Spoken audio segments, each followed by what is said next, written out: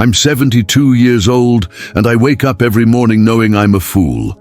Not the harmless kind of fool who forgets where he put his keys or can't figure out the TV remote. I'm the dangerous kind, the kind who had 47 years to get it right and chose comfort over sense.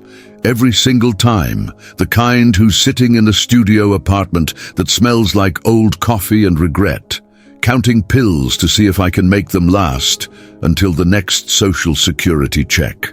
My name is Frank Morrison.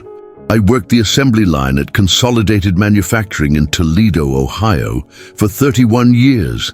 Good job, union job, the kind of job that used to mean something in this country.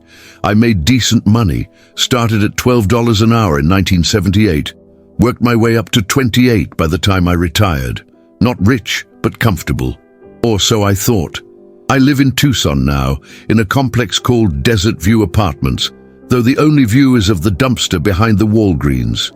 Rent's $900 a month, which sounds reasonable until you realize that's nearly half my Social Security check.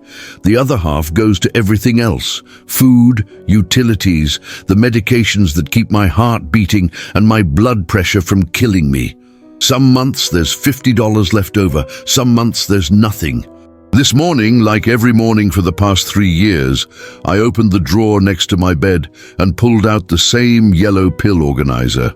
One of those plastic things with the days of the week printed on top. Tuesday was empty. Wednesday had 2 pills left. I'd been stretching my blood pressure medication, taking it every other day instead of daily, hoping to make the bottle last until my next doctor's appointment.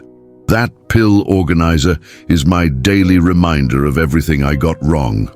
I used to think retirement would look different. I had this picture in my head, maybe it came from TV commercials or something, of me and Linda sitting on a porch somewhere, watching grandkids play in the yard.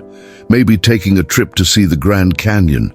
Simple things, normal things, things that seemed possible when I was 50 and had time to figure it all out. Linda's been gone 2 years now.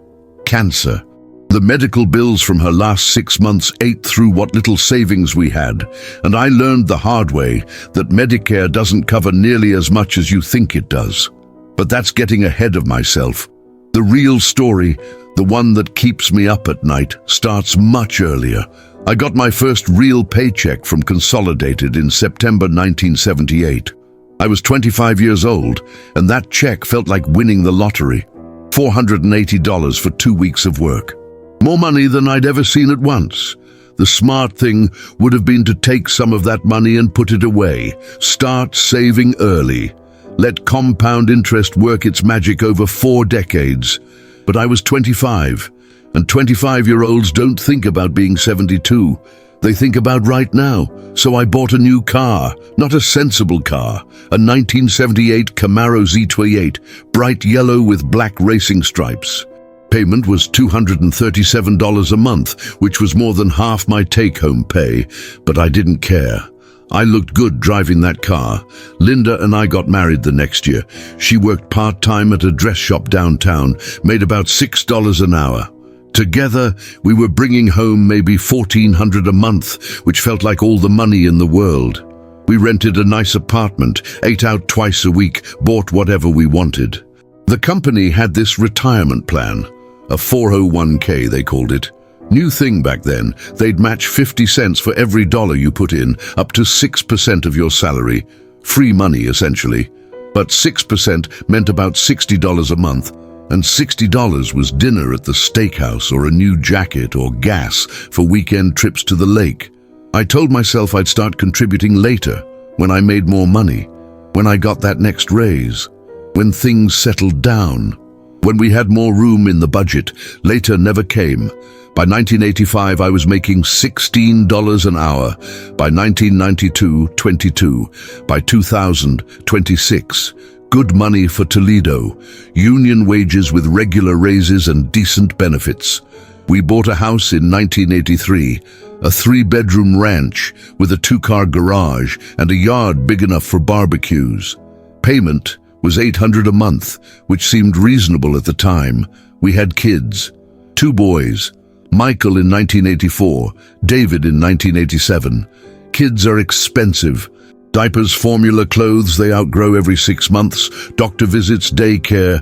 Then it's school supplies, sports equipment, car insurance when they start driving, helping with college. Every year, the company would send out these enrollment packets for the 401k.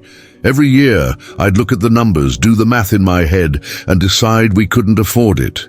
Not with the mortgage, not with 2 growing boys, not with all the expenses that seemed to multiply faster than my paycheck. I told myself I was being responsible, taking care of my family's immediate needs, making sure we had a good life right now instead of gambling on some uncertain future. The retirement plan would be there when I was ready for it. What I didn't understand, what nobody explained to me, was that time is the most valuable thing you have when it comes to saving money. Not how much you save, but how long you let it grow. If I'd started putting away $100 a month when I was 25, and if I'd gotten just a 7% return on average, I would have had over $1 million by retirement. $1 million from just $100 a month. But I was too smart for that, too focused on living for today. The first time I really thought about retirement, really thought about it, was 1995. I was 42. And one of the older guys at the plant, Jimmy Kowalski, had a heart attack on the line.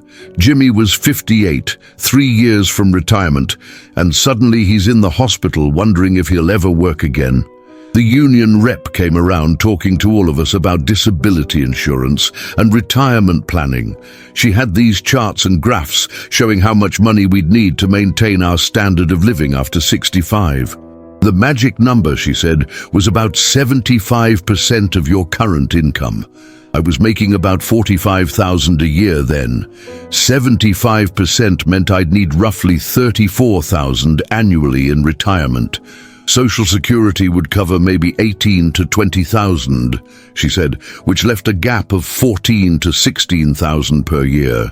To generate $16,000 annually from investments, she explained, you need about $400,000 saved, assuming you withdraw 4% per year. $400,000. It might as well have been 4 million. I looked around the room at guys who'd been there longer than me, guys in their 50s and early 60s who were starting to think seriously about when they could afford to quit. Most of them looked worried. A few looked sick. After the meeting, I went home and told Linda what I'd learned. We sat at the kitchen table with a calculator and a stack of bills, trying to figure out how we could possibly save $400,000 in the 23 years I had left before retirement. We should start putting something away, Linda said. Even $50 a month would be better than nothing. She was right, of course. $50 a month for 23 years with compound interest would have given us maybe $40,000 or $50,000 by retirement. Not enough to bridge the gap completely, but something, a start. But $50 a month meant giving up cable TV or eating out less or finding some other place to cut. And we'd just bought a new living room set. David needed braces. The car needed new tires. There was always something. Next year, I said. When I get my raise, we'll definitely start saving next year. I was good at next year. I lived in next year for 2 decades. The real wake-up call came in 2003. I was 50, Linda was 48, and the company announced they were eliminating the pension plan for anyone hired after 1980. That included me. Up until then, I'd been counting on the pension to fill the gap between Social Security and what I'd need to live on. Not a huge pension, maybe $600 or $700 a month, but something. Now that safety net was gone, and the 401k became my only option besides Social Security. I finally started contributing to the retirement plan that year. Better late than never, I thought. I put in 4% of my salary, about $150 a month, and got the company match, $300 total going into the account. $300 a month for 12 years until I retired at 62. With decent market returns, it grew to about $68,000 by 2015. $68,000 after 12 years of saving. It sounded like a lot until I realized it would generate maybe $2,700 per year in retirement income. $225 a month. $225 doesn't buy much when rent alone is $900. But I was tired. Tired of the line, tired of the noise, tired of the same routine day after day for over 3 decades. My back hurt constantly. My knees ached when I stood for long periods. I told myself I'd figure out the money part later, maybe find a part-time job. Maybe Linda and I could downsize, move somewhere cheaper. Linda was diagnosed with ovarian cancer 6 months after I retired.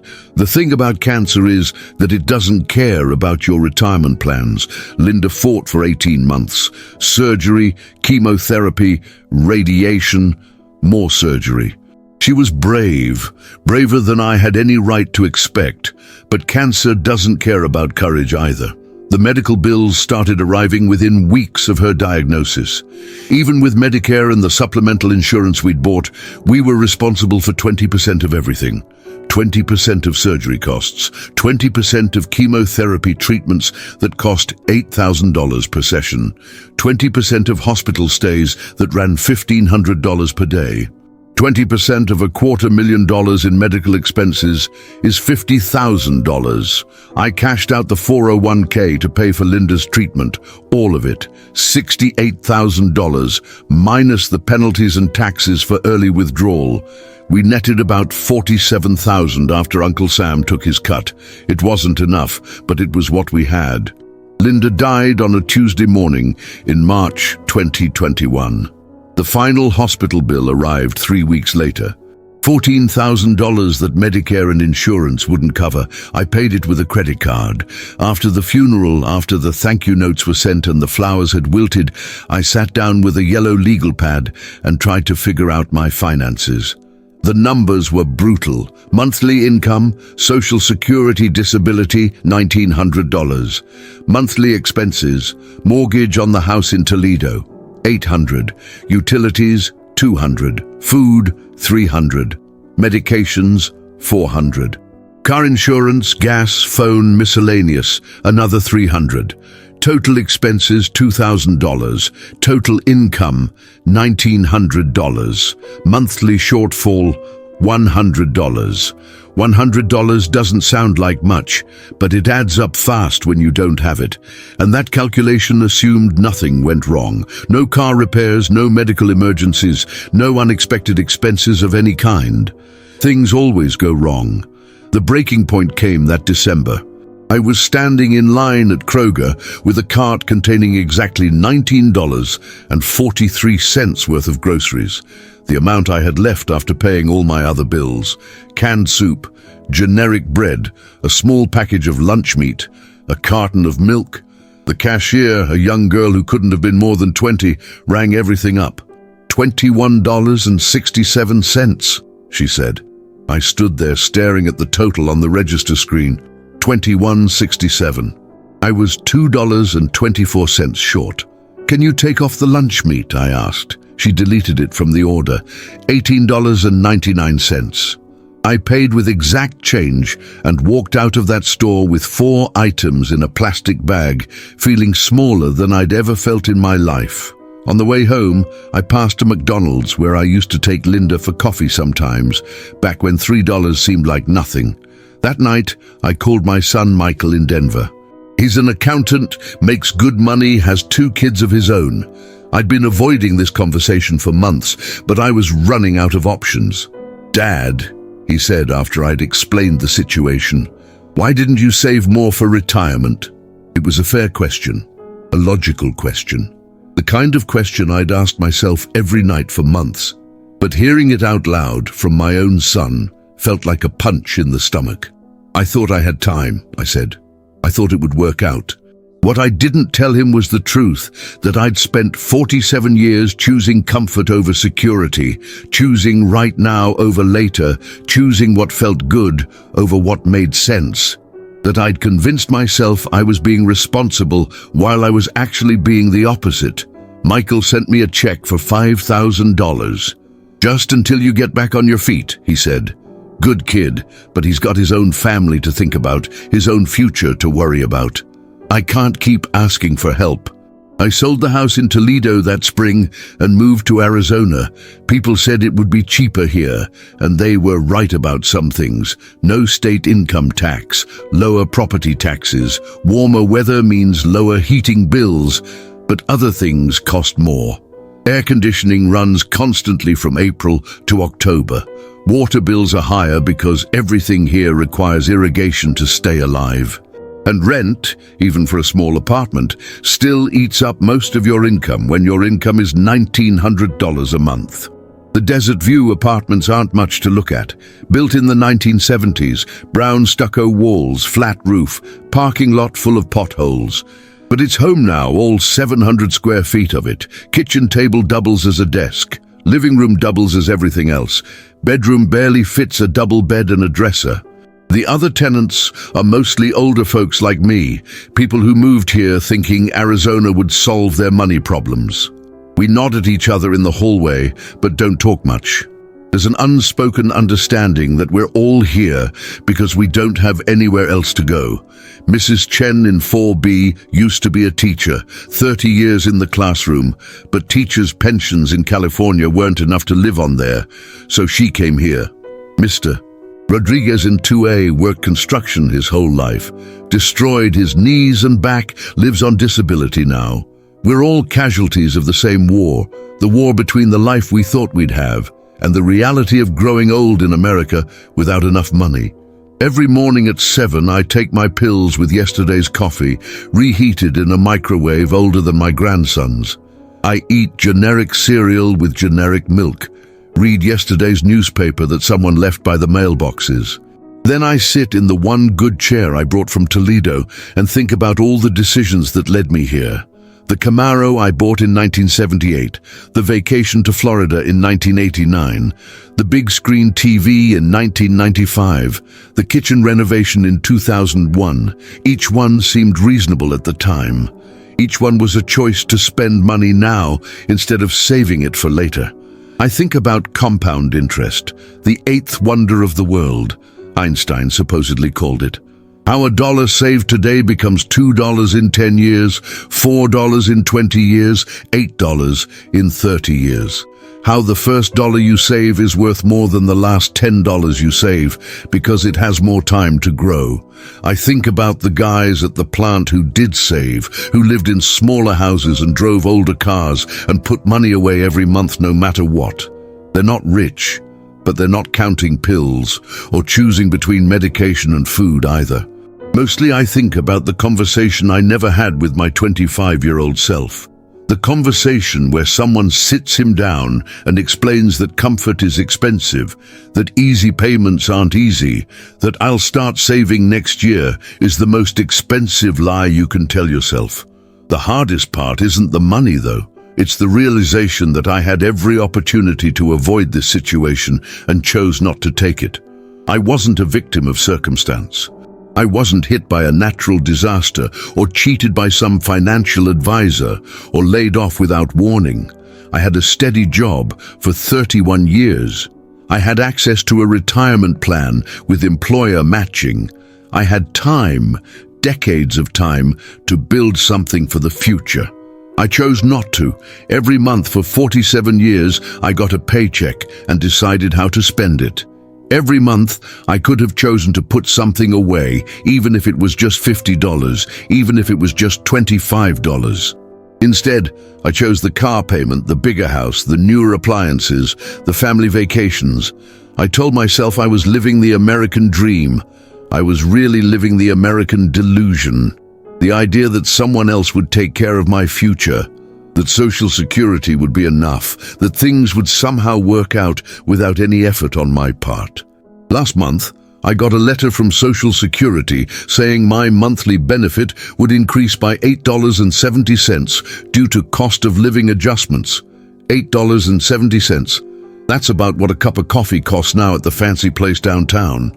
My rent went up by $50 at the same time. This is what they don't tell you about being poor in retirement. It's not just that you don't have enough money, it's that you don't have enough time left to fix the mistake. When you're 25 and broke, you can work harder, get a second job, learn new skills, start a business.